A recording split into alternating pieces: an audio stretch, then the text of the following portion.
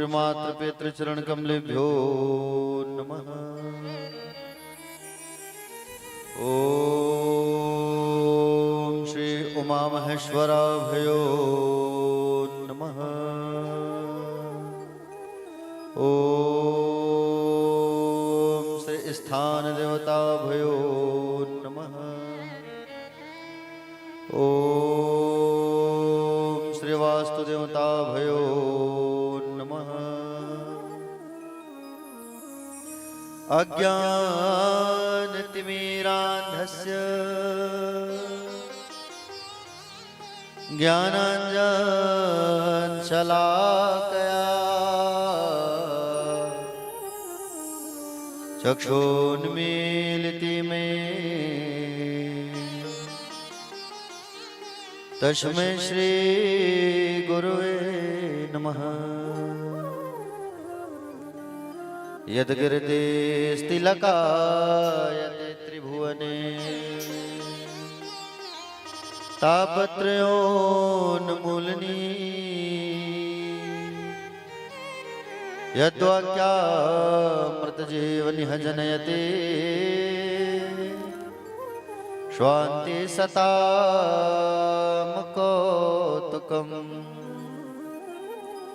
यत्र पादाब्जरजप्रसादकणतः कैवल्यमापद्यते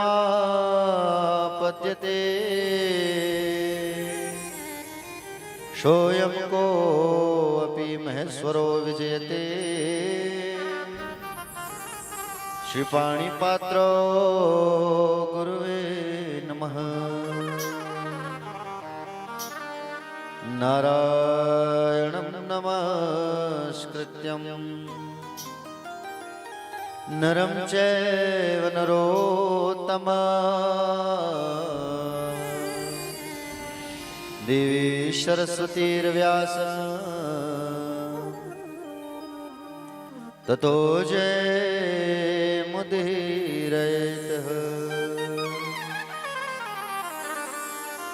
नमो भगवते तुभ्यं वासुदेवाय धीमहि प्रद्युम्नाय निरुद्धाय नमः शङ्कर्षणाय च बरहपीडं नटवरवपुः कर्णयो कर्णिकारं विभ्रदासा कनककपिशं वैजन्ती च माला रन्ध्राणवेणोरधर सुधया पूरयन् गोपवन्दे वृन्दारण्यस्वपदरमण प्राविशद्गीतकीर्तिः। देवी प्रपन्नार्तिहरे प्रसीद प्रसीद मातर्जगतोऽखिलस्य प्रसीद विश्वेश्वरि पाहि विश्वम् त्वमेश्वरी देवी चराचरस्य ज्ञानिनामपि चेतांसि देवी भगवती सा बलादा कृष्णमोहा महामाया प्रयच्छति मनोजवं मारुततुल्यवेगं जितेन्द्रियं बुद्धिमतां वरिष्ठं वातात्मजं वानरयुतमुख्यं श्रीरामदूतं शरणं प्रपद्ये। या कुन्देन्दुतुषारहारधवला या शुभ्रवस्त्रावृता या वीणावरदण्डमण्डितकरा या श्वेतपद्मासना या ब्रह्माच्युतशङ्करप्रभृतिवी देवै सदा वन्दिता। क्षमा पातु सरस्वती भगवती निःशेषजाड्याम्पः। वेदव्यास जी के पद कमल बन्नो बारंबार मचो। शरण गाऊं श्री कृष्ण के हनुमत हो सहाय। सब द्वारन को छोड़ के मां आयो तेरे द्वार। हे वृषभानु की लाडली अब मेरी ओर निहार। शिव समान दाता नहीं विपद विदारणहार।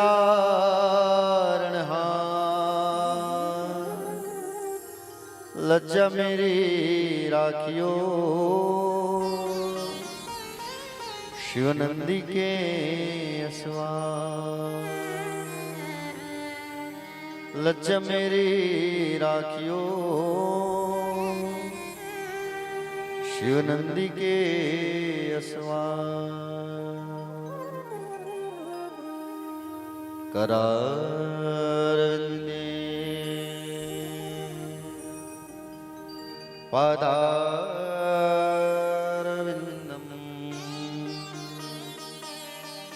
मुखारविंदे विनिवेशयन्तं।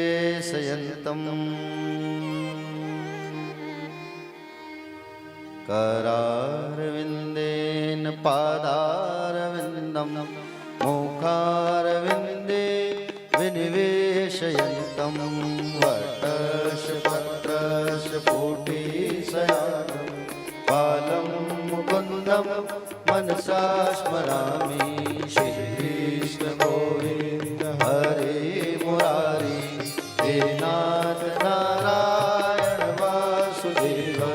श्रीकृष्ण गोविन्द हरे मुरारी हे नाथ नारायण वासुदेव।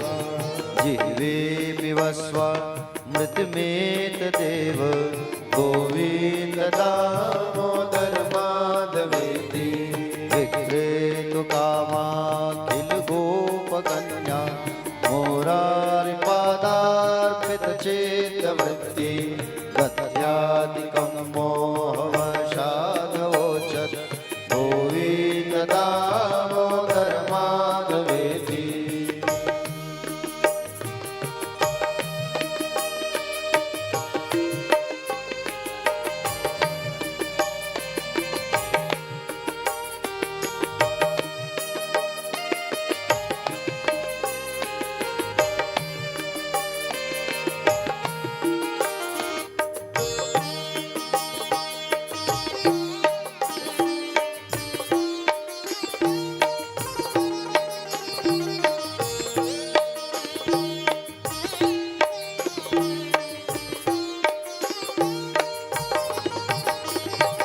विक्रेतु कामाखिल गोपकन्या मोरारि पादार्पित चेतवृत्ति।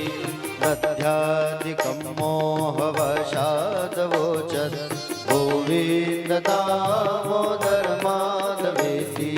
गृहे गृहे गोपवधूकरम्मा सर्वे मिलित्वा समवाप्य योगं। पुण्या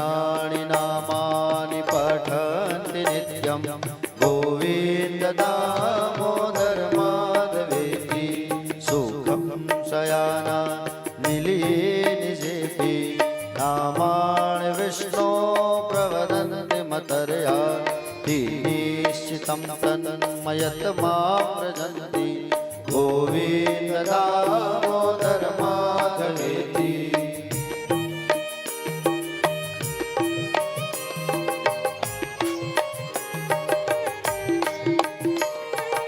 श्री राधे राधे।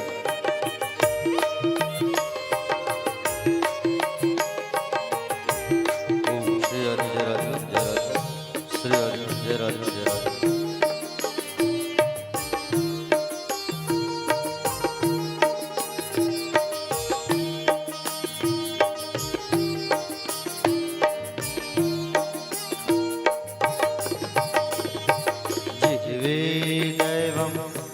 सुंदराणि नामानि कृष्णस्य मनोहराणि समस्त भक्तार्थ विनाशनानि गोविन्द दामोदर माधवेति। सुखावसाने इदमेव सारं दुःखावसाने इदमेव गेयं देहावसाने इदमेव जाप्यं गोविन्द दामोदर माधवेति। जिह्वेरशक्ये मधुरप्रिया त्वां सत्यं हितं त्वां परमं वदामि आवर्णयेत्वन् मधुराक्षराणि गोविन्द दामोदर माधवेति।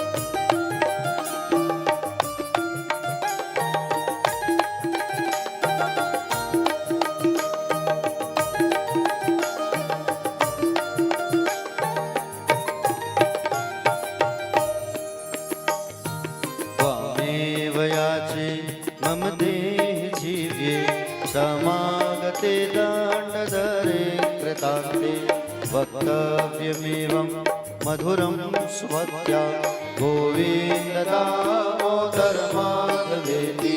श्रीकृष्ण राधा वर गोकुलेश गोपाल गोवर्धननाथ विष्णु जिह्वे विवश्वा मृतमेत देव गोविन्द दामोदर माधवेति। हरारविन्दे पादारविन्दं मोक्षारविन्दे विनिवेशयन्तं वटस्य पत्रस्य कोटेशयानं बालं मुकुन्दं मनसा स्मरामि। श्रीकृष्ण गोविन्द हरे मुरारी हे नाथ नारायण वासुदेव। श्रीकृष्ण गोविन्द हरे मुरारी हे नाथ नारायण वासुदेव। श्रीकृष्ण गोविन्द हरे मुरारी हे नाथ नारायण वासुदेव। हे नाथ नारायण वासुदेव। हे नाथ नारायण वासुदेव। हे नाथ नारायण वासुदेव।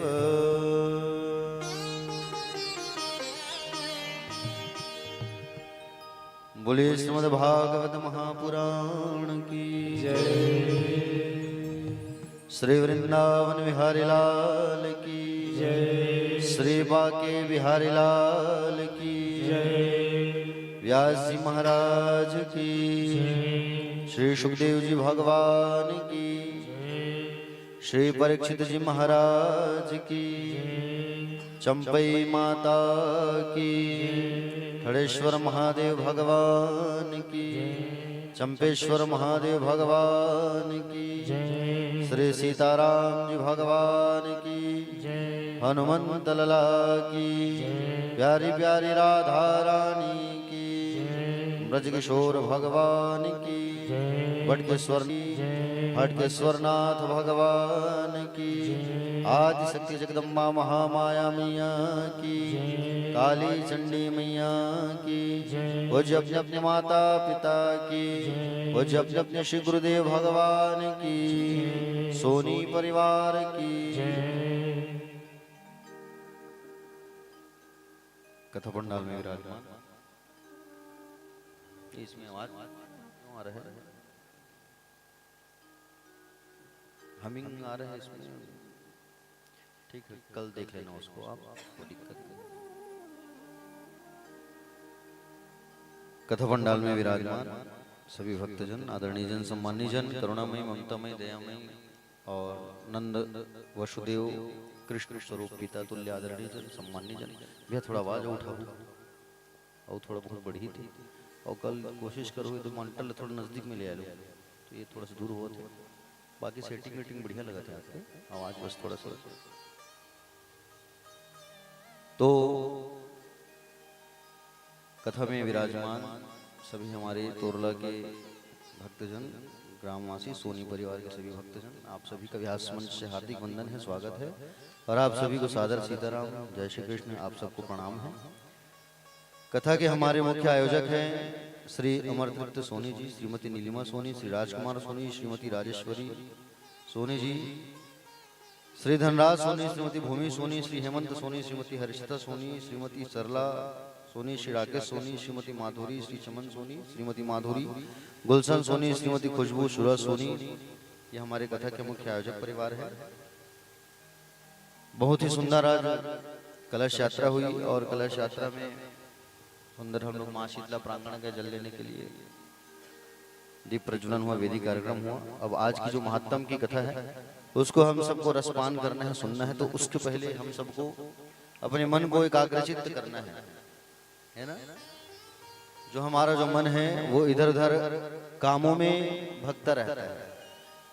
अभी हम यहाँ बैठे हैं लेकिन चिंता है घर तरफ, है कि घर जाना है, भोजन बनाना है, खाना है, तो सब मन की व्यथाओं को दूर करके अपने मन को आप सबसे पहले भगवान के चरणों में लाइए। 2 मिनट भगवान का संकीर्तन करते हैं, प्यारा सा भजन, फिर आज की महात्म की कथा की ओर मैं लेके चलूंगा आप लोगों को। आज थोड़ा सा देखो, पहला दिन जो है लेट हो ही जाता है, चाहे हम घर में शादी भी करते हैं ना, चुलवाटी जाके टाइम रखे ना चाचा, तब वो लेट हो जाते हैं। नहीं, सावर कहाँ है, सुहासिन मन कहाँ है, बाजौला नहीं आए हैं। उसी प्रकार से भी एक तरीके से शादी है, जिस तरीके से बेटी या बेटा की हम शादी करते तो खूब तैयारियां लगती है, उसी प्रकार से ऐसे दिव्य आयोजन में भी खूब तैयारी लगती है। और प्रथम दिवस जो है लेट हो ही जाता है। आज लगभग 111वें नंबर का ये कथा है मेरा जीवन का। जहां जहां मैंने पहले दिन कथा किया तो लेट हो ही जाता है। तो प्यारे भक्तजन, आइए, लेट हुआ उसके लिए क्षमा प्रार्थी है। आइए छोटा सा भगवान का संकीर्तन करते हैं, उसके पश्चात फिर आगे कथा पर हम लोग जो है प्रवेश करेंगे। बोले बाकी बिहारी लाल की, राधे राधे बोल श्याम आएंगे, आएंगे श्याम आएंगे।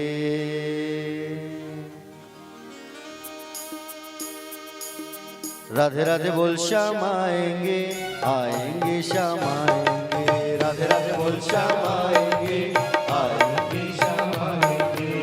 राधे राधे बोल श्याम आएंगे, आएंगे श्याम आएंगे। राधे राधे बोल श्याम आएंगे, आएंगे श्याम आएंगे। वृंदावन कहाँ दूर है, बरसाना कहाँ दूर है। वृंदावन कहाँ दूर है, बरसाना कहाँ दूर है। वृंदावन कहाँ दूर है, बरसाना कहाँ दूर है। वृंदावन कहाँ दूर है, बरसाना कहाँ दूर है। सब तेरी नजर का कसूर है। राधे राधे बोल श्याम आएंगे, आएंगे श्याम आएंगे। राधे राधे बोल श्याम आएंगे, आएंगे श्याम आएंगे। आइए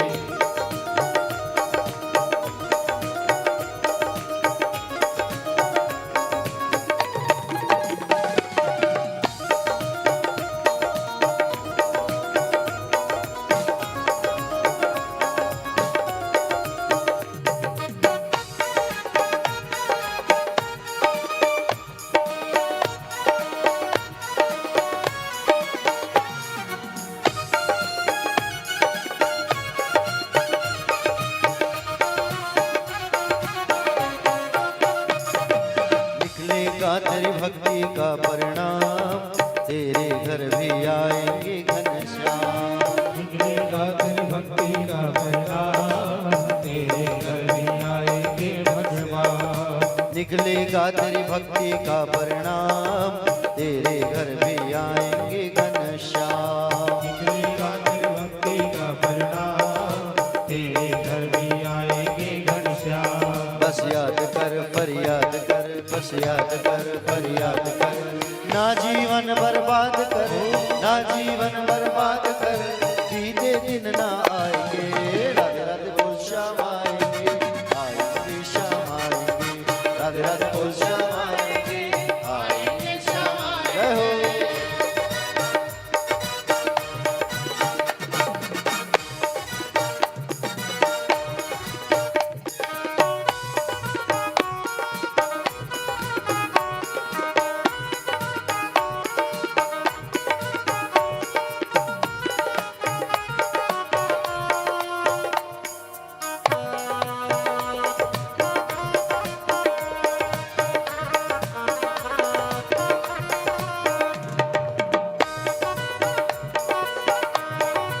जय हो।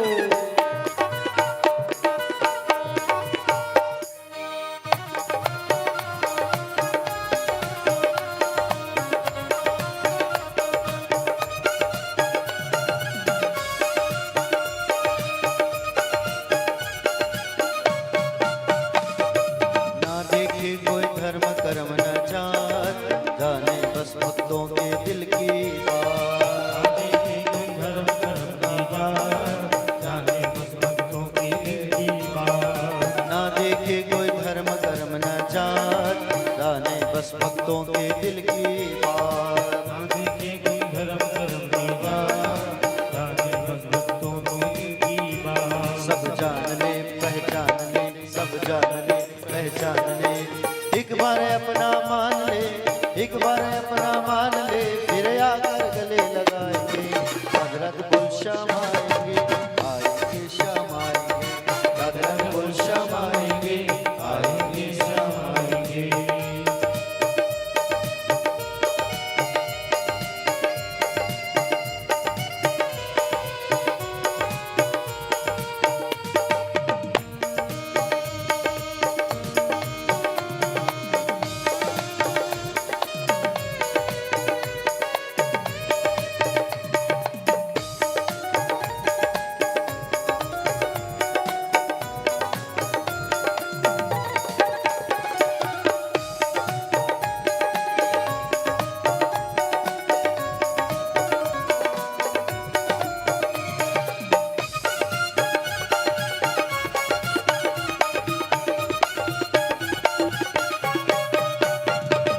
लाखों में किसी एक को चुनते हैं, अंदर की आवाज को सुनते हैं। आँखों में किसी एक को सुनते हैं, अंदर की आवाज को सुनते हैं। लाखों में किसी एक को चुनते हैं, अंदर की आवाज को सुनते हैं। आँखों में किसी एक को सुनते हैं, अंदर की आवाज को सुनते हैं। सब जान ले पहचान ले, सब जान ले पहचान ले, एक बार अपना मान ले, एक बार अपना मान ले, फिर आकर गले लगाएंगे।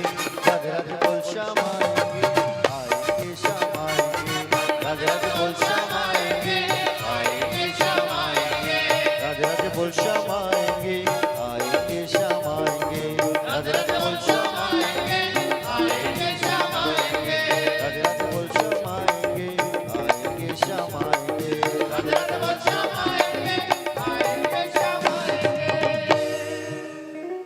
राधे राधे बोल श्याम आएंगे, आएंगे श्याम आएंगे।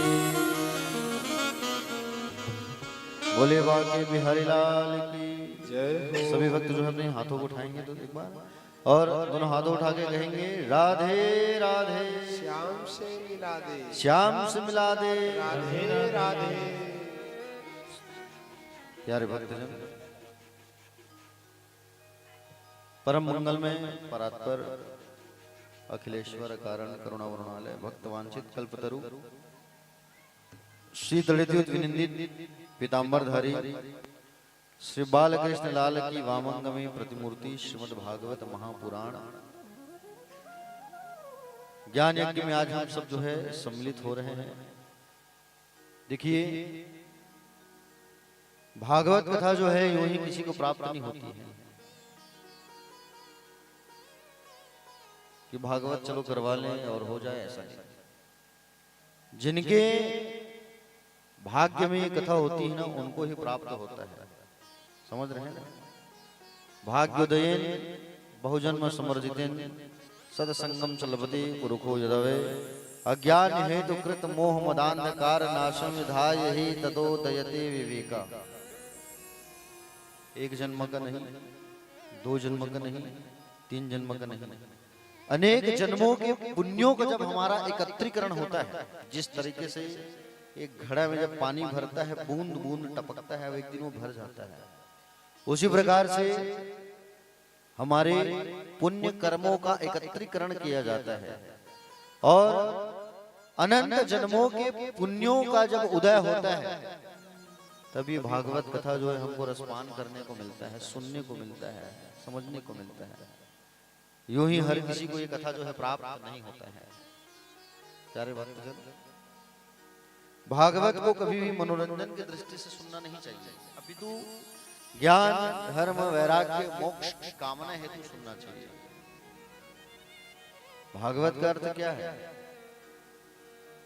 भा का अर्थ है भक्ति, गा का अर्थ है ज्ञान, वा का अर्थ है वैराग्य और ता का अर्थ है त्याग। भागवत के एक एक अक्षरों में वो शक्ति छुपी हुई है प्यारे। ये केवल भागवत कह देने से हमारे सारे पाप नष्ट हो जाते हैं, केवल भागवत कह देने से, भागवत ऐसा कह देने से। समझ रहे हैं ना? कि भागे कहे खुल जात भाग जीवन के और गा के कहे से गिर गुमान गल जात है। वाके कहे शिव विष्णु दूत निमें वर्ण हो और ताके कहे से भव सागर तर जात है। कृष्ण की कृपा से सप्ताह मिल जाए तो अक्षर के सुनते एक जन्म को विनाश हो और द्वय के सुनते भाव द्वैत मिट जात है। कृष्ण की कृपा से सप्ताह मिल जाए तो ब्रज को निवास खासता ही मिल जात है, तो ब्रज को निवास खासता ही मिल जात है। देखिए, केवल भा कहते हैं तो हमारे भाग्य खुल जाते हैं, गा कहते हैं तो गिरि गुमान हमारा जल जाता है, वह कहते हैं तो विष्णु के दूत हमारी ओर आकर्षित होते हैं और ता कहते ही हम भवसागर से तर जाते हैं। देखो कितनी शक्ति है भागवत शब्द में, है कि नहीं? अक्षर के सुनते एक जन्म को विनाश हो और द्वैत के सुनते भाव द्वैत मिट जाते हैं। कृष्ण की कृपा से अगर सप्ताह मिल जाए, कृष्ण की कृपा से सप्ताह मिल जाए तो ब्रज को निवास खासता ही मिल जाता है। यहाँ जो आयोजन हुआ है वो हम सबने नहीं कराया है, हम तो एक माध्यम है। करने वाले कौन है? भगवान श्री कृष्ण। करवाने को वाले कौन है? भगवान कन्हैया है। यहाँ अगर हम भगवान की कथा सुनने के लिए भी अगर बैठे हैं तो ये हमारी इच्छा नहीं है, ये भगवान की इच्छा है। समझ रहे हैं ना? लाला की इच्छा है।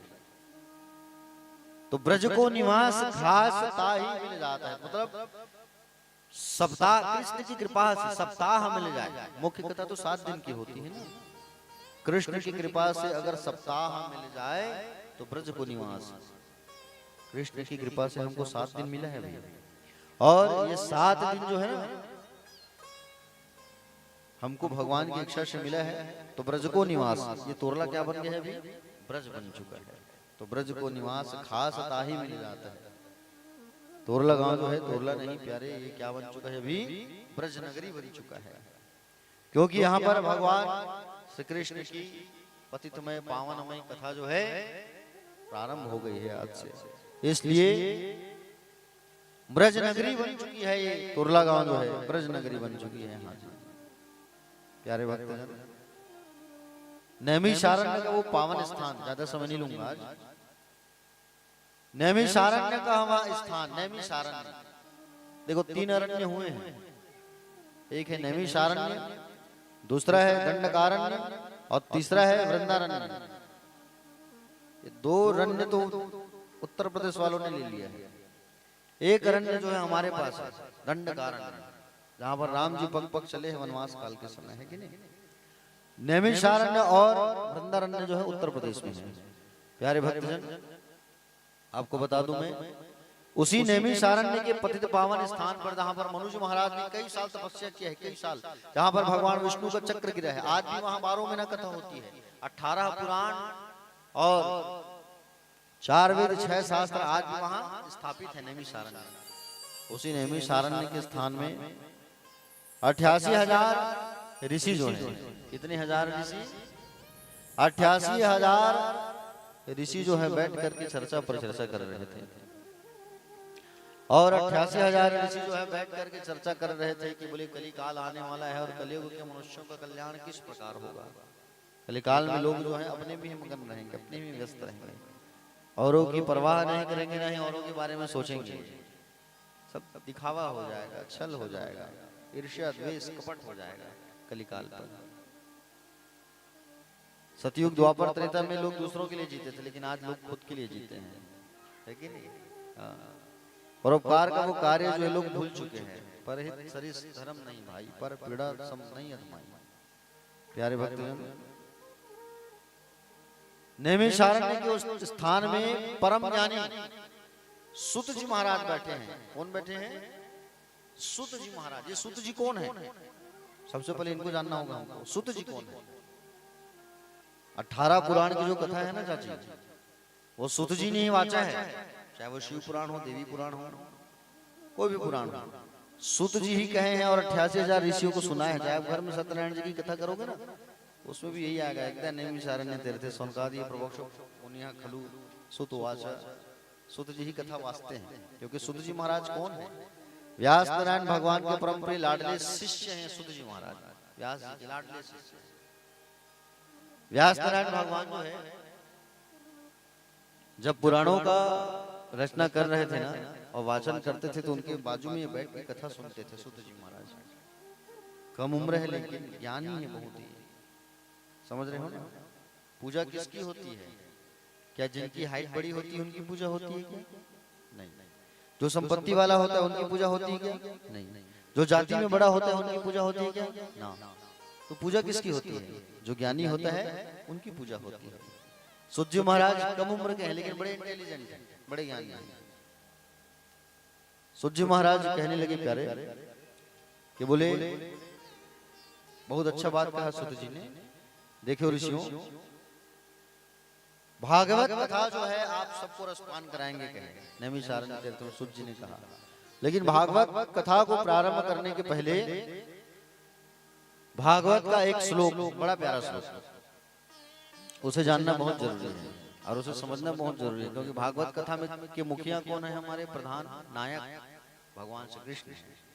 तो उस संस्कृत के श्लोक को हमको जानना होगा। सच्चिदानंद रूपाय विश्वोत्पत्त्यादि हेतवे तापत्रय विनाशाय श्री कृष्णाय वयं नमः। सच्चिदानंद शब्द को सबसे पहले समझना होगा हमको। सत धन चित्त धन आनंद। सत का अर्थ है नित्य, चित्त का अर्थ होता है ज्ञान और आनंद का अर्थ होता है उत्साह। क्या ये हम कह सकते हैं कि ये तीनों गुण किसी मनुष्य के अंदर होगा? जो नित्य रहेगा संसार में, जो ज्ञानी रहेगा और जो हमेशा आनंद मनाएगा, क्यों ऐसा हो सकता है? नहीं।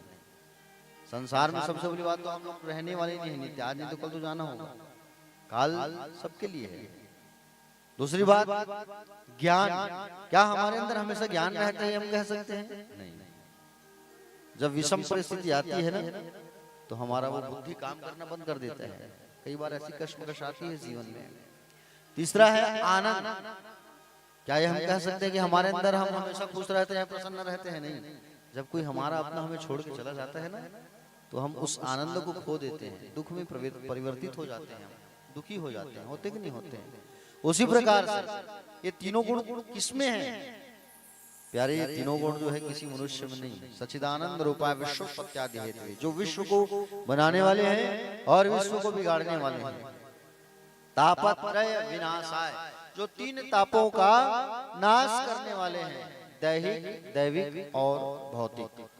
दैहिक, दैविक, भौतिक, जो तीन तापों का नाश करने वाले हैं। श्री कृष्णाय वयम नमः। उस श्री कृष्ण को हमारा प्रणाम है, दंडवत प्रणाम है। जो सच्चिदानंद जी से कहा गया है, जो संसार में नित्य रहने वाले हैं, जिनके अंदर हमेशा आनंद भरा हुआ है। भगवान कन्हैया जब गोकुल को छोड़ के मथुरा गए थे ना, ब्रज वालों को छोड़ के, भगवान के अंदर वही ज्ञान था, वही आनंद था। और भगवान जब संसार को छोड़ करके गए ना, फिर भी भगवान के अंदर वही आनंद था और वही ज्ञान था। भगवान दुखी नहीं हुए। उस सच्चिदानंद को हमारा प्रणाम है। प्यारे भक्तजन, संसार में तो हर मनुष्य दुखी है आज। कोई तन दुखी, कोई मन दुखी, कोई धन बिन रहत उदास, और थोड़े थोड़े सभी दुखी। तो सुखी कौन है? राम के दास, है कि नहीं? देखो संसार में कोई तन दुखी मतलब कोई अपने शरीर को लेकर परेशान है, बीपी, शुगर, डायबिटीज, किसी को कैंसर। दूसरा मन दुखी, कोई अपने मन को लेकर परेशान रहता है, चिंतित रहता है, धन को लेके, परिवार को लेके, गृहस्थी को लेके, समाज को लेके। कोई धन भी नहीं रहा तो उदास, क्योंकि पैसे को लेके दुखी है। बोले महाराज बहुत कमाते हैं, पैसा बचता ही नहीं है कि नहीं? दो चार उपाय बताओ। आजकल कथा में वही तो चल रहा है, खाली उपाय ही बताते हैं। बड़े बड़े वक्ता को देखो आप, कथा कहीं जाए, पुराणों में चाची आप यकीन नहीं करेंगे, जैसे भागवत में 18,000 श्लोक है, शिव महापुराण कथा में 24,000 श्लोक है। 24,000। अब बताइए 24,000 श्लोक क्या पूर्ण होती होगी? नहीं। 7 दिन में यहाँ 18,000 श्लोक को पूर्ण करने में बहुत कितना समय लग जाता है। उसमें भी आज तरह तरह के व्यास मंच से उपाय बताया जाता है, सब उपाय में टाइम खत्म कर देते हैं। तो वो सूत जी वाली परंपरा कहाँ गई? व्यास जी वाली परंपरा जो बैठ के कथा सुनाते थे। कथा ही एक सार होना चाहिए, कथा का मुख्य विषय होना चाहिए। और आज भी मैं वही फोकस करता हूँ कि मैं केवल कथा ही सुनाता हूँ। ज्यादा मैं गागर में सागर भर के नहीं सुनाया आज तक। कई लोग मुझे टोका टाकी किए, कई लोग बोले महाराज थोड़ा बहुत चुटकुला भी बताया करो, थोड़ा हंसे मजाक करे। लेकिन ऐसा नहीं, गागर में सागर भरने वाला काम नहीं। जो एक्चुअल में जो कथा सुनाना चाहिए, जो व्यास जी का काम होता है, वो होना चाहिए। प्यारे भक्तजन,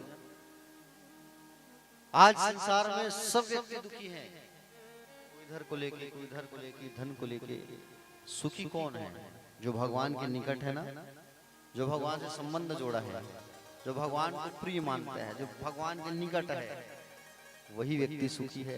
सुखी राम के दास। सूत जी महाराज कहने लगे, हे ऋषियों, आप लोग कह रहे हो कि बोले हमको आप ऐसी कथा सुनाइए जिस कथा को सुन करके हमें भगवान श्री कृष्ण की प्राप्ति हो, ऐसी कथा सुनाइए आप कह रहे हो। तो इस पर सूत जी महाराज ने कहा कि बोले हम आप सबको भागवत की कथा सुनाएंगे। इन्होंने कहा, सारे लोगों ने, कि कृष्ण प्राप्ति क्रम शाश्वत साधनम तत्वदाधुना काल व्याल मुख ग्रास त्रास निर्नाश हेतवे। बोले ऐसी कथा सुनाओ महाराज, हम काल के गाल से निकल जाएं और कृष्ण प्राप्ति क्रम शाश्वत साधनम तत्वदाधुना, बोले कृष्ण की प्राप्ति हो जाए, ऐसी कथा सुनाइए। तो सूत जी ने कहा कि भैया एक ही कथा है, भागवत कथा, जिसको सुखदेव जी ने परीक्षित को सुनाया था, वही कथा मैं आप लोगों को सुनाऊंगा, कहे सूत जी महाराज ने। और सूत जी महाराज कहने लगे कि बोले देखो ऋषियों, एक समय की बात है, नारद जी जो है सारे लोगों में भ्रमण करते करते करते बद्री आश्रम पहुंचे। बद्रीनाथ जो हमारे चारों धाम में से एक धाम है बद्रीनाथ। नारद जी पहुंचे बद्रीनाथ, वहां 4 भाइयों से इनकी मुलाकात हुई। 4 भाई कौन? सनक, सनंदन, सनातन, सनत कुमार। ये भगवान के 24 अवतारों में से पहले नंबर के अवतारी हैं। समझ रहे हो ना, पहले नंबर के अवतारी। चारों भाइयों से इनकी मुलाकात हुई और चारों भाइयों से जब इनकी मुलाकात हुई, नारद जी की जब मुलाकात हुई ना, तो नारद जी की जब मुलाकात हुई तो नारद जी का मुंह उतरा हुआ था। अब देखो कोई व्यक्ति हमेशा मुस्कुराता हुआ रहेगा और अचानक आप उसे देखोगे एकदम मुंह लटका हुआ रहेगा, उदास मन रहेगा, तो आप उनसे पूछोगे, है कि नहीं? आप उनसे पूछोगे कि भैया आपका मन उदास क्यों है, दुखी क्यों हो, क्या कारण है? पूछते हैं कि नहीं पूछते हैं? तो उसी प्रकार से नारद जी का जो मन है वो उतरा हुआ था। नारद जी से व्यास बोले, चारों भाइयों ने पूछा भैया तुम्हारा मुंह क्यों उतरा हुआ है, बताओ क्या कारण है महाराज? आप हमेशा मुस्कुराने वाले व्यक्ति हो। इस पर नारद जी ने कहा कि बोले महाराज मैं अभी अभी वृंदावन से आ रहा हूं, वृंदावन में गया था, वहां पर मेरी मुलाकात भक्ति मैया से हुआ, और मेरी मुलाकात जो है जब भक्ति से हुआ तो भक्ति मैया रोने लगी। भक्ति मैया के दो पुत्र ज्ञान और वैराग्य जो बूढ़े हो चुके हैं, मैंने खूब कोशिश किया, बहुत प्रयास किया कि वो जाग जाए, लेकिन कुछ भी नहीं हुआ। मुझे बात समझ नहीं आई, बोले सनकादिक जी कि बोले माँ बाप बूढ़े होते हैं, बच्चे जवान रहते हैं, लेकिन यहाँ उल्टा है, भक्ति मैया जवान है, बच्चे बूढ़े हैं। और मैंने बहुत कोशिश किया ज्ञान वैराग्य को उठाने के लिए, जगाने का, लेकिन वो नहीं जागे, नहीं उठे वो। मैंने खूब कोशिश किया, नहीं जागे वो। प्यारे भक्तजन, नारद जी का मन इसीलिए उदास था, बहुत मंत्रोच्चार किए, उठाने की कोशिश की, नहीं उठे, और मुंह लटका करके उदास मन से कहां चले आए? बद्री आश्रम चले आए। और बद्री आश्रम जब आए तब सनकादिक मुनि को बताने लगे हालचाल। तब सनकादिक मुनि ने कहा उन दोनों को जगाने के लिए महाराज बोले एक उपाय है। बोले कौन सा उपाय? श्रीमद् भागवत कथा करोगे तो ज्ञान और वैराग्य जो है जाग जाएंगे। भक्ति मैया के पुत्र हैं, देखो जब भगवान की भक्ति करोगे ना तो ज्ञान की प्राप्ति होगी, और ज्ञान जब आएगा तो हमारे अंदर वैराग्य की भावना जागेगी, वैराग्य का वो भावना जागेगा हमारे अंदर। तो चारों भाइयों ने कहा कि बोले भागवत की कथा सुनाना होगा तो ज्ञान वैराग्य जाग जाएंगे, खड़े हो जाएंगे, नाचना चालू कर देंगे।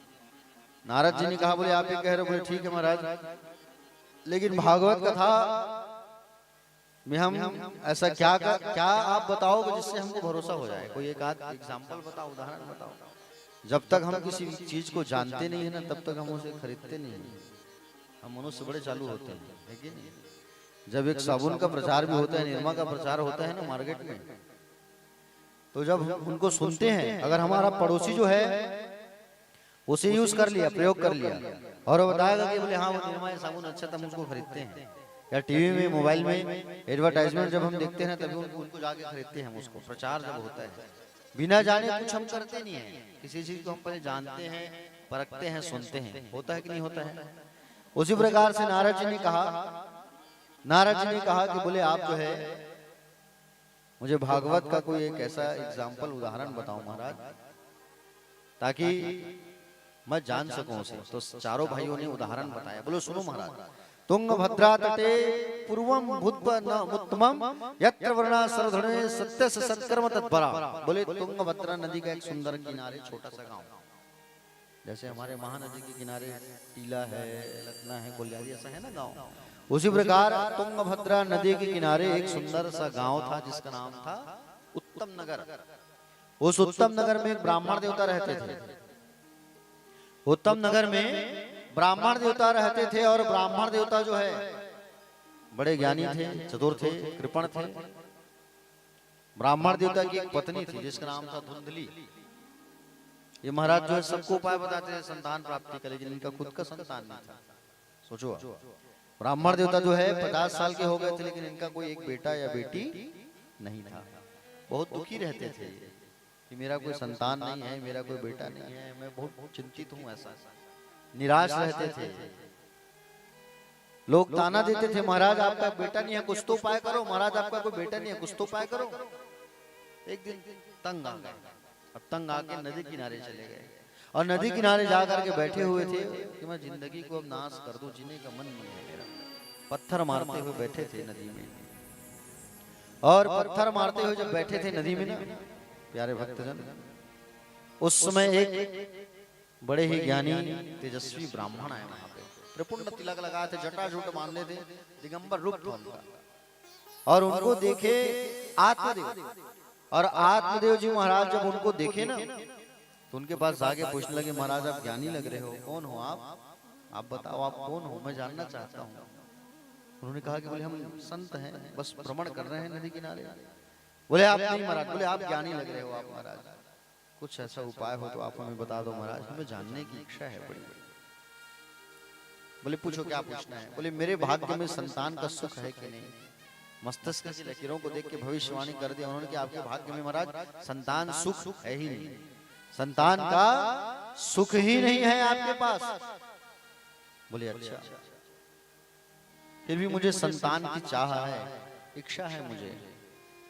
अगर आपको संतान की चाह है तो व्यर्थ की चिंता छोड़ दो, भगवान का गुणगान करो आप। मुझे संतान चाहिए, चाहे कुछ भी हो जाए। अगर आप मुझे संतान प्राप्ति का उपाय नहीं बताओगे ना तो मैं आपके सामने अपने प्राण त्याग दूंगा, मर जाऊंगा।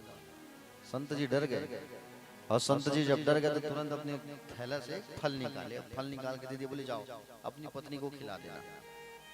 अब ब्राह्मण देवता घर है, और घर आकर के सुंदर घर पहुंचे, और घर पहुंच करके इन्होंने, प्यारे भक्तजन, घर पहुंचे और घर पहुंच करके तुरंत अपनी पत्नी को बताया कि बोले ऐसा सब बात है, संत ने मुझे प्रसाद दिया, उसे खा लो। तो जो पत्नी थी धुंधली, वो बड़े उल्टे स्वभाव की थी। ये सोचती थी कि बोले मैं संतान उत्पन्न करना नहीं चाहती हूँ, कोई बच्चा मुझे तोहफा में ला के दे दे, गिफ्ट में ला के दे दे। भाई 9 महीना गर्भ में रखना पड़ेगा, प्रसव पीड़ा उठाना पड़ेगा, तभी तो हम बच्चे का लालन पालन करेंगे, मलमूत्र त्याग करेगा, उसे साफ करेंगे, तभी तो एक दिन बच्चा हमारा काम आएगा। ऐसे बच्चा तो नहीं मिलेगा। धुंधली जो है बड़ी चिंतित थी, और धुंधली जो है तुरंत अपनी छोटी बहन को बुला लिया। छोटी बहन को बुला करके सारा हाल बता, छोटी बहन को बुलाई और छोटी बहन को बुला करके सारा हाल सुना देती है, बता देती है। छोटी बहन कहती है चिंता मत करो बहन, मेरे तो 4-5 बच्चे हैं, संतान है, और मैं 1 माह के गर्भ से हूँ। अगर मेरा बेटा हुआ तो चुपचाप लाके तुमको दे दूंगी। जीजा जी से तुम झूठ बोल दो कि मैंने फल खाया है। धुंधली ने कहा बोले बहन लेकिन इस फल का क्या करें ये तो बताओ तुम, ये फल को तो फेंक सकते नहीं। एक काम करो, तुम्हारे घर में एक गाय है, तुम्हारे घर में गाय है जो बांझ है, संतान नहीं हुआ है आज कितना साल, देखो उस गाय का, तुम उस फल को उस गाय को खिला दो, तुम उस फल को उस गाय को खिला दो। और धुंधली ने वही किया, फल जो था उसको गौ माता को खिला दिया। 9 माह जब बीता तो उसकी छोटी बहन का एक बेटा हुआ, लड़का हुआ, और जब एक बेटा हुआ, लड़का हुआ, तो लड़का को ला करके चुपचाप अपनी बहन को दे देती, लो रखो, और चुपचाप ला करके अपनी बहन को दे दी। और बहन जो है जाके अपने पति को बताया कि मेरा बेटा हुआ है, बेटा हुआ है, बेटा हुआ है। और जैसे मालूम चला बेटा हुआ है तो वो खुशी से नाचने लगे, ब्राह्मण देवता मिठाई बांटने लगे गाँव में, मेरा बेटा हुआ है, बेटा हुआ है, संतान हुआ है, संतान हुआ है, संतान हुआ है। खुशी से नाचने लगे, गाने लगे, बेटा हुआ है, बेटा हुआ है। नाम रखा गया धुंधकारी। क्या नाम रखे? धुंधकारी नाम रखा गया बेटे का। 3 महीने बाद जिस गाय को फल खिलाया गया था, और जिस गाय को फल खिलाया गया था उसी गाय के गर्भ से एक पुत्र का जन्म हुआ, एक बेटे का जन्म हुआ। और बेटे का जब जन्म हुआ, मनुष्य का जन्म हुआ गाय के गर्भ से। कभी सुना है आप लोगों ने कि गाय जो है बच्चा का जन्म दी, मनुष्य का जन्म दी? लेकिन हुआ है हमारे इतिहास में, क्योंकि ब्राह्मण का प्रसाद, संत का प्रसाद कभी विफल नहीं होता, फेल नहीं होता। सच्चे मन से अगर तुम्हारे अंदर विश्वास है तो बिल्कुल वो पूर्ण फल प्राप्त होता है उससे। गाय के गर्भ से मनुष्य का जन्म हुआ, बस फर्क इतना था कि कान जो है ना वो गाय का था, ये कान जो है ना लंबा था, गौ माता के समान ऐसा। तो उसका नाम रखा गया गौकर्ण। गौ मतलब गाय, कर्ण मतलब कान, दोनों को मिला दिया, नाम पड़ा गौकर्ण। अब तो महाराज आत्मदेव ब्राह्मण देवता की खुशी का ठिकाना और बढ़ गया। मेरा बोले एक नहीं 2 बेटे हैं मेरे, 2 संतान है। अब तो और खुशी से नाचने लगे। लेकिन एक व्यक्ति जो है, एक बालक जो है दुष्ट निकला और एक जो है ज्ञानी निकला। गौकर्ण पंडितो ज्ञानी धुंधकारी महाखला। ये धुंधकारी जो है ना, ये धुंधकारी जो है दुष्ट निकला, और गाय के गर्भ से जो मनुष्य जन्म लिया है वो बड़ा ज्ञानी बना, संत बना। गोकर्ण पंडितो ज्ञानी धुंधकारी महाखला। प्यारे भक्तजन, दोनों बालक बड़े होने लगे, और दोनों बालक जो है बड़े होने लगे। वो बड़े होकर के एक तो मदिरा पान करने लगा, गलत संगति करने लगा, बिगड़ गया था एक बालक जो है। कौन? धुंधकारी। और जो गोकर्ण है, वो गोकर्ण जो है संत बना है, संत। समझ रहे हो ना? गोकर्ण पंडितो ज्ञानी धुंधकारी महाकला। सारे गांव के बच्चों को बिगाड़ने लगा, गलत संगति हो गई धुंधकारी की। गांव वाले आके शिकायत करते थे, महाराज समझा के रखो आप अपने बच्चे को। बोले पूरे गांव के बच्चों को बिगाड़ रहा है ये। आत्मदेव ब्राह्मण देवता अपने दूसरे बेटे के पास आए, क्योंकि वो संत है ना, उनके पास जाके पूछने लगे। बोले बेटा ऐसा कोई उपाय बताओ आप जिससे मैं ताना से ना मुक्त हो जाऊं। तो इन्होंने कहा कि बोले एक ही उपाय है। बोले कौन सा उपाय? बोले आप जो है भगवान का सत्संग करो, आप भगवान का संकीर्तन करो, आप भगवान का भजन करो, आप इसी में आपका कल्याण है। क्योंकि भजन और सत्संग के बिना लोगों का कल्याण नहीं हो सकता। आत्मदेव ब्राह्मण देवता कहे, बोले ठीक, अच्छा कह रहे हो तुम। गोकर्ण जी ने कहा कि बोले मैं तो चारों धाम की यात्रा करने जा रहा हूँ, आप भी मेरे साथ चलो पिताजी, आप भी सत्संग करो। एक चले गए चारों धाम की यात्रा करने, और पिताजी जो है घर छोड़ करके चले गए जंगल, गृहस्थ को त्याग करके संन्यास आश्रम चले गए, और भगवान का भजन करने लगे, सत्संग करने लगे, कीर्तन करने लगे। प्यारे भक्तजन, धीरे धीरे समय बीतते गया। घर में कौन कौन है? अब धुंधली और धुंधकारी, दो तो चले गए ना, घर में केवल दो ही बचे, धुंधली और धुंधकारी। अब धुंधकारी और अत्याचारी हो गया, बाप नहीं है घर में, डांटने वाला नहीं है। और जब डांटने वाला नहीं रहे घर में ना, तो घर जो है, घर की नींव हिल जाती है। इसलिए घर में एक डांट लगाने वाला भी होना जरूरी है। समझ रहे हो ना? और धुंधकारी की माँ जो है कि उसे मना करती है, देख बेटा तो जो है चोरी हारी मत की, अगर अच्छा काम नहीं है। बोले अगर बदनामी हो गई, बोले महाराज का लड़का जो है चोरी कर रहा है, ब्राह्मण का बेटा, ये शोभा नहीं देता। धुंधकारी नहीं माना। धीरे धीरे धीरे धीरे धीरे धीरे उसका चोरी बढ़ते गया। एक दिन उसकी माँ जो है कुआं में गिर गई, कुआं में गिरने से उसकी मौत हो गई, धुंधली की। अब तो धुंधकारी अकेला हो गया ना, धुंधकारी जो है अकेला हो गया। और धुंधकारी जो है अकेला जब हुआ, प्यारे भक्तजन, तो धुंधकारी जो है पांच गलत स्त्रियों को ले आया अपने पास, अपने घर में रखा 5 वेश्याओं को। ये 5 किसके प्रतीक है? काम, क्रोध, मद, लोभ और मोह के प्रतीक है। समझ रहे हो? अब तो खूब पैसा लुटाने लगा, ये खूब पैसा लुटाने लगा। पांचों कहने लगे और पैसा लाओ, तो बड़े बड़े घर में जाकर चोरी करने लगा, बड़े बड़े राजा महाराजा के घर में। जब चोरी इसकी बढ़ गई, तो 5 स्त्रियों ने कहा कि बोले अगर इसकी अब चोरी बढ़ गई है, अगर ये पकड़ा गया तो ये तो जाएगा, साथ में हम भी चले जाएंगे। एक काम करते हैं, इसको मार डालते हैं, और इसको मार देते हैं, और मार करके गाड़ देते हैं जमीन में। ना रहेगी बांस, ना बजेगी बांसुरी, और हम यहाँ से निकल जाएंगे।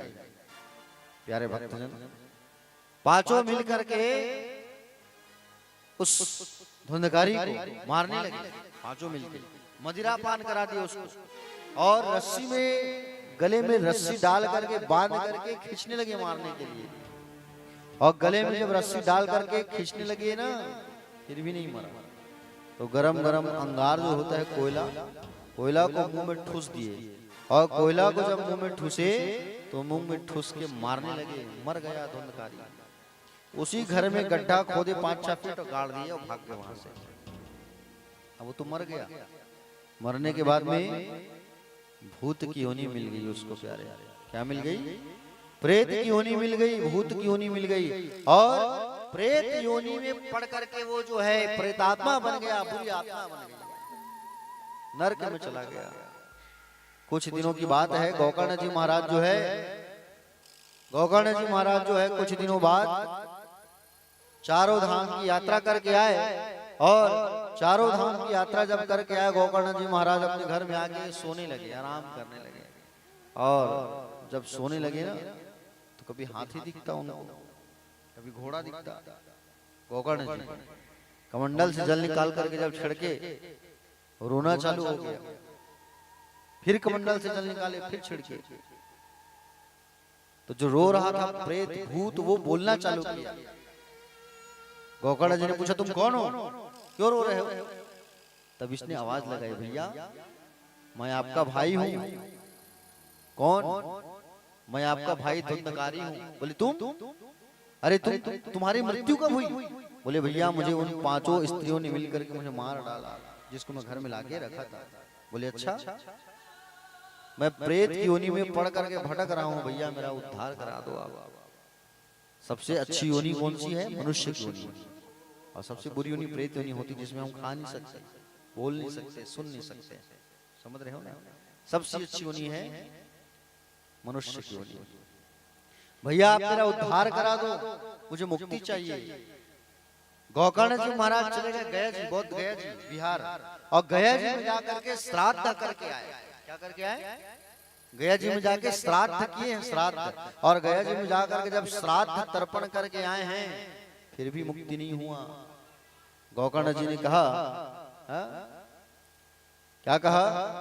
गोकर्ण जी से कहने लगा कि भैया अगर आप 100 बार भी जाके गया जी में श्राद्ध करके आओगे, फिर भी मेरी मुक्ति नहीं होगी। आप जो है कुछ दूसरा उपाय करो। तो गोकर्ण जी महाराज जो है भगवान सूर्य का ध्यान लगाए, और भगवान सूर्य का ध्यान लगाए, और भगवान सूर्य का जब ध्यान लगाए तो भगवान सूर्य नारायण प्रकट हो गए, और प्रकट होकर के कहे मांगो, बोलो क्या मांगना है गोकर्ण? गोकर्ण ने कहा प्रभु मेरे भाई का उद्धार करना है, भूत बन चुका है वो, कुछ उपाय बताओ आप। तो कहा कि बोले एक ही उपाय है। बोले कौन सा उपाय? श्रीमद् भागवत ज्ञान यज्ञ सप्ताह, जैसे तुम्हारे भाई का उद्धार हो जाएगा, वो तर जाएगा। बोले अच्छा हाँ। बोले कौन करेगा? बोले आप अपने घर पर। तो गोकर्ण जी महाराज जो है अपने भाई के उद्धार के लिए श्रीमद् भागवत ज्ञान यज्ञ सप्ताह का आयोजन किए। और भागवत कथा का जब आयोजन हुआ तो वो प्रेतात्मा जो है, जब कथा चालू हुआ तो वो प्रेतात्मा जो है कहाँ आकर के बैठा? जहां पर कथा हो रही थी वहां 7 ग्रंथि, ग्रंथि मतलब गांठ, 7 गांठों वाला बांस था बाजू में, और 7 ग्रंथि वाली बांस की एक पेड़ थी ना, उस पे आकर के वो बैठ गया। एक दिन की कथा पूर्ण होती थी ना, एक गांठ फट जाता था। दूसरे दिन की कथा होती थी तो दूसरा गांठ फट जाता था। तीसरे दिन की कथा होती थी तो तीसरी गांठ फट जाती थी। 7वें दिन की कथा हुई तो 7वां गांठ फटा, और वहां से दिव्य पुरुष प्राकट्य हो गया। सामने आया, भागवत जी को प्रणाम किया, भागवत जी को प्रणाम करके कहने लगे भैया मैं आपका भाई धुंधकारी हूँ। स्वर्ग से रथ आया, उस रथ पर बैठ करके वो मुक्ति को पा लिया। गांव वाले कहे महाराज, बोले हमारे लिए रथ क्यों नहीं आया, आपके भाई के लिए रथ क्यों आया? तो गोकर्ण जी ने कहा भैया मेरा भाई एक स्थान में बैठ के कथा सुना है 7 दिन तक, हिला डुला नहीं है। आप लोग कथा में आते थे लेकिन मन घर में रहता था। शाम हो गई, गैया आ रही होगी, बांधना है, घर में ताला लगाए हैं कि नहीं लगाए हैं, दरवाजा खुला होगा, कोई आ गया होगा, जाना है, ये तुम्हारी मन यहाँ नहीं रहता था। मेरे भाई का मन यहाँ था, इसलिए उसके लिए रथ आया। तो सारे गांव वालों ने प्रार्थना किया, बोले भैया एक निवेदन है, एक बार बस एक बार फिर से कथा का आयोजन करो आप। हाँ? तो जब फिर से जब निवेदन किया तब फिर से भागवत कथा का आयोजन किया गोकर्ण जी अपने घर में गांव वालों के लिए। और जब कथा का आयोजन हो तो पूरे गांव वाले कथा सुनने आए। अब अपने मन को यहाँ रखते थे। कथा में आपका ज्ञान, कथा में आपका गान, कथा के लिए सुंदर स्थान, कथा में आपका ध्यान, और कथा में आपका कान बिल्कुल यहाँ होना चाहिए। समझ रहे हो? हाँ प्यारे भक्तजन, गांव वालों के लिए जब कथा का आयोजन किए तो गांव वालों का उद्धार हो गया। गांव वाले भी उस रथ में बैठ बैठ के चले गए। सनकादिक मुनियों ने नारद जी को कहा कि बोले आप भागवत के उदाहरण पूछे थे ना, ये भागवत का उदाहरण है। धुंधकारी जैसे महाखल पापी जो है तर गया, तो ज्ञान वैराग्य का कल्याण क्यों नहीं होगा, बोले नारद जी। तो नारद जी ने रिक्वेस्ट किया, प्रार्थना किया, बोले ये चारों भैया सनकादिक मुनि, अब तो मुझे भी प्यास लगने को लगी है, जब आप बताए तो मुझे भी भागवत कथा सुनना है। बोले आप भागवत का आयोजन करो आप हरिद्वार में। कहाँ? हर की पौड़ी, हरिद्वार, हरि का द्वार। और हरिद्वार में सुंदर कथा का आयोजन हुआ। कथा सुनाने के लिए चारों भाई बैठे हैं। श्रोता बन के कौन बैठे हैं? नारद जी। और सुंदर कथा वाचने लगे चारों भाई, और कथा का दिव्य आयोजन हुआ। कथा जब आयोजन हुआ ना, चालू हुआ, तो बीच में सुखदेव भगवान पधारे कथा का निरीक्षण करने। कथा जब चालू हुआ तो ज्ञान और वैराग्य आ गए। जो बूढ़े हो गए थे खड़े हो गए और ताली बजा बजा के नाचने लगे। युवा हो गया, जवान हो गए। जब भागवत कथा चालू हुई, प्रहलाद जी आए, नारद जी आए, इंद्र आया, उद्धव जी आए। सब कोई मृदंग बजा रहा है, कोई शंख बजा रहा है, कोई करताल कर रहा है, सब नाचने लगे। और कथा जिस दिन समाप्त हुआ ना, कथा जिस दिन समाप्त हुआ उस दिन स्वयं भगवान श्री कृष्ण पधारे अपने गोप ग्वालों के साथ। और कथा समाप्त हुआ उस दिन भगवान कन्हैया खुद अपने गोप ग्वालों को हाथ में पकड़ करके लेके आया। चलो चलो, कथा हो रही है हमारी। भगवान सुंदर पधारे। प्यारे भक्तजन, 7 दिन की जो कथा है ना, सप्ताह विधि की जो कथा है, उसके बारे में उस नियम को नारद जी ने सुना है। किनसे? नारद जी ने सुना है चारों भैया से। सप्ताह विधि क्या है? सप्ताह विधि की कथा यह है कि बोले हमको 7 दिन तक मन लगा के कथा सुनना है, मन को एकाग्रचित्त करके हमको कथा सुनना है। कथा के दौरान हमको किसी की निंदा नहीं करनी है। कथा के दौरान हमको सात्विक भोजन करना है। राजसी और बोले राजसी भोजन नहीं करना है हमको, तामसिक भोजन नहीं करना है, सात्विक भोजन करना है। सात्विक भोजन किसे कहते हैं? जिसमें ना ही लहसुन हो, ना ही प्याज हो, ना ही कुमड़ा हो, ना ही बैगन हो, ना ही नवल गोल हो, जिमीकंद हो, मूली हो, सलजम हो, ना ही उसमें उड़द दाल हो। समझ रहे हैं ना? लहसुन प्याज ना हो, इसे सात्विक भोजन कहते हैं। ठीक है।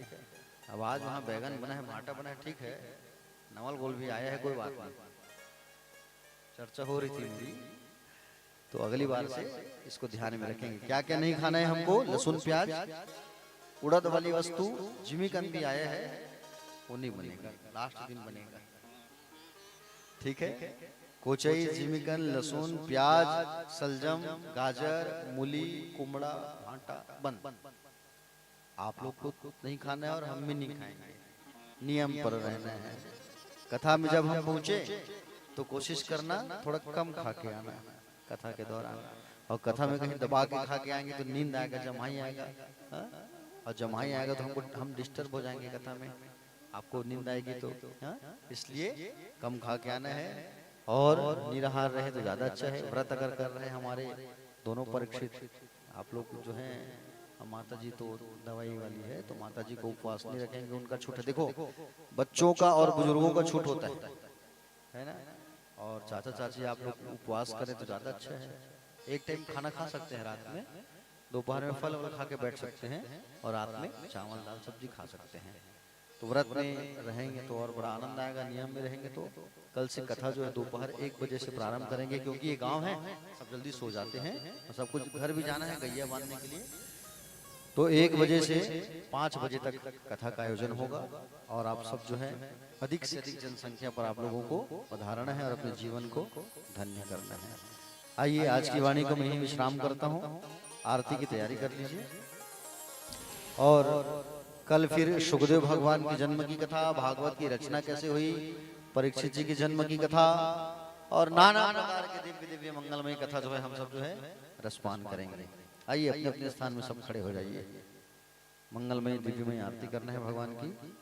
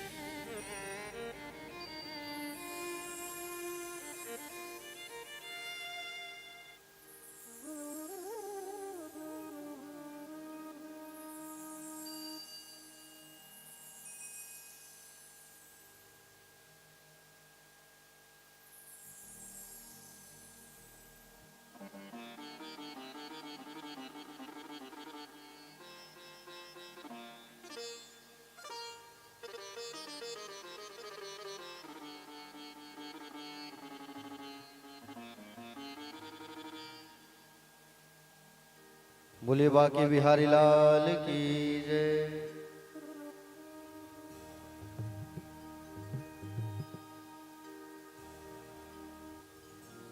श्रीमद् भागवत भगवान की है आरती।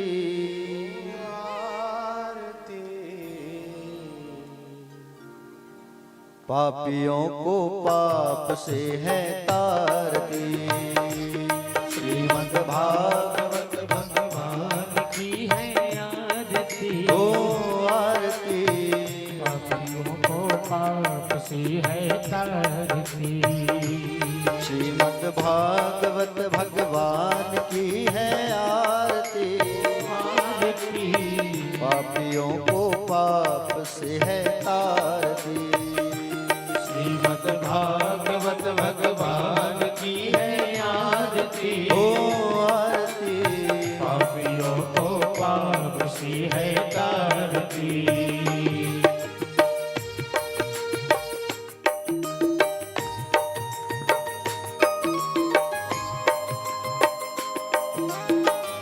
बोले भागवत भगवान की जय हो।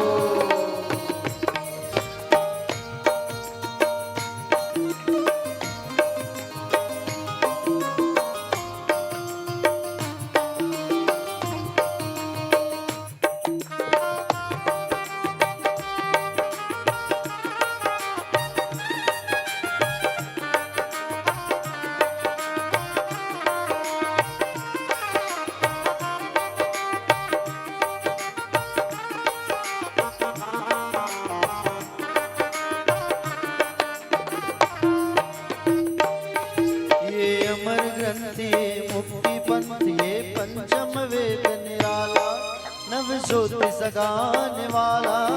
ये अमर ग्रंथ ये मुक्ति पंथ ये पंचम वेद निराला नव ज्योति जगाने वाला। ये अमर ग्रंथ ये मुक्ति पंथ ये पंचम वेद निराला नव ज्योति सगाने वाला।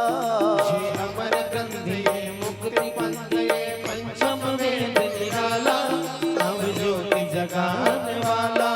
हरि नाम यही हरि नाम यही हरि नाम यही हरि धाम यही हरि नाम यही हरि नाम यही हरि नाम यही हरि धाम यही। जग के मंगल की आरती। पापियों को पाप से है तारती। श्रीमद् भागवत भगवान की है आरती। ओ आरती। पापियों को पाप से है तारती।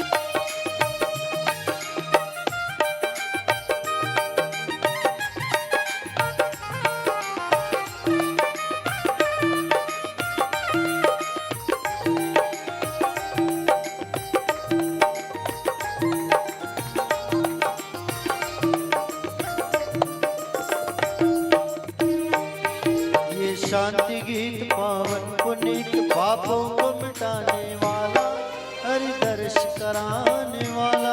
ये शांति गीत पावन पुनीत पापों को मिटाने वाला हरि दर्श कराने वाला। ये शांति गीत पावन पुनीत पापों को मिटाने वाला हरि दर्श कराने वाला। ये शांति गीत पावन पुनीत पापों को मिटाने वाला हरि दर्श कराने वाला। ये सुख करणी ये दुख हरणी ये सुख करणी ये दुख हरणी ये सुख करणी ये दुख हरणी ये सुख करणी ये दुख हरणी। श्री मधुसूदन की आरती। पापियों को पाप से है तारती। श्रीमद् भागवत भगवान की है आरती। ओ आरती पापियों को पाप से है तारती। जय हो।